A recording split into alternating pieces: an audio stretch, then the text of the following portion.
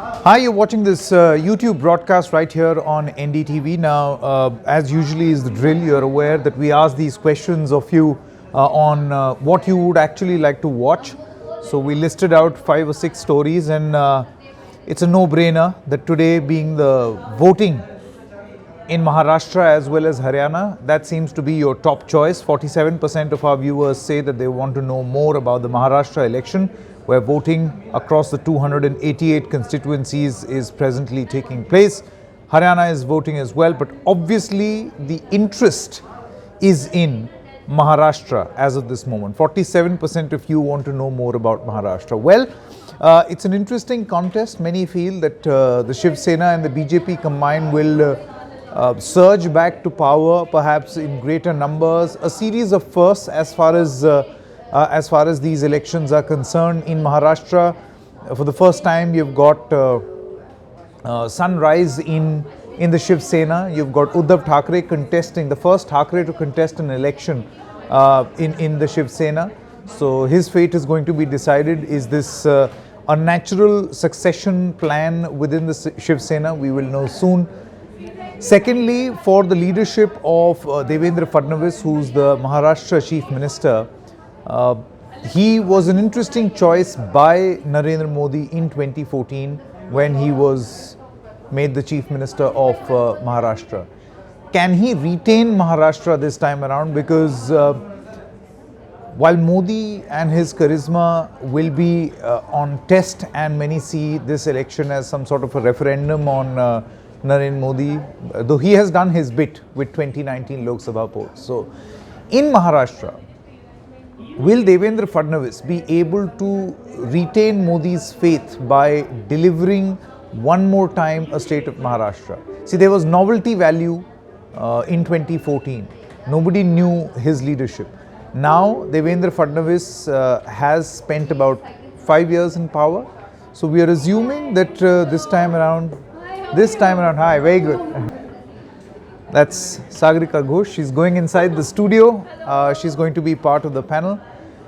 So it's going to be very, very significant to see whether Devendra Fadnavis is actually going to prove or be able to justify Modi choosing him or Modi's choice. So that is going to be a signal. There is 5 years of track record that is going to stand with Devendra Fadnavis. Can he do that or not? That's very, very significant. Apart from that, the fate of the opposition, well, you've got the Congress party, which is less said the better as of this moment. But can there be a dark horse within the Congress party? Can the Congress, even in this fractured, broken form, come up with some sort of a surprise? And if Congress cannot do it, will Sharad Pawar's party, the NCP, do it? Now remember, this is one party which many people feel that they have stood up and they have fought this battle in its true sense from the opposition space. From a point where it was being considered as a no contest to bringing a contest back into the Maharashtra election fray is, some people say, maybe the supporters of the NCP say, is because of the NCP, because of Sharad Pawar. So much so that even in the election campaigning, Sharad Pawar could be seen continuously speaking while getting soaked in the rain. He wants to send out a message that NCP is fighting, and fighting to retain the confidence of the people, to ask those crucial issues which the NCP feels are not being spoken about in the election. So can NCP and the Congress spring up a surprise? Or is this game over, checkmate done by the BJP as well as the Shiv Sena? So that's going to be an interesting contest. Thursday we'll know which is going to be the result day. Apart from that, lots of interesting things that are happening today. Many people have gone out to vote. One more thing that will be interesting to check and see whether Mumbai is going to end its political apathy and vote more. Mumbai usually sees very, very low polling percentage, far less than any other town. Even Delhi votes more in terms of percentage than Mumbai.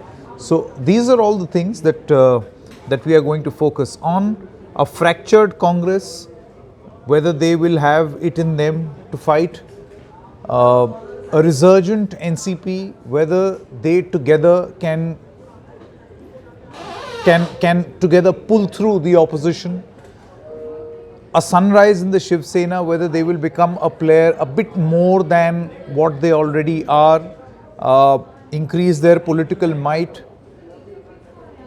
A very, very important riding on his performance, Devendra Fadnavis. Will he disappoint Narendra Modi, or will he pillion ride on Narendra Modi, or will he deliver Maharashtra for Narendra Modi? So lots at stake for each of these players in the election as we wait for the single phase election to get over. Some initial voting has taken place. Figures are coming in. I'm not going to get into the specifics as they get outdated with each minute.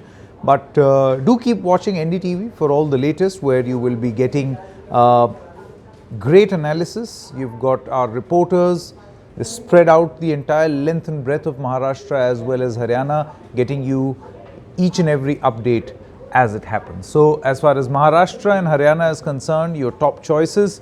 Elections are important. So elections are not the only thing that are happening. There are a couple of other stories also, and this is a great new feature where one can understand what you really want to consume as news. So while 47% of you are interested in Maharashtra elections, and we have spoken about that at length, 6% of you are also interested in Haryana elections. We've spoken about that too. Very briefly, if I could tell you a little bit about Haryana.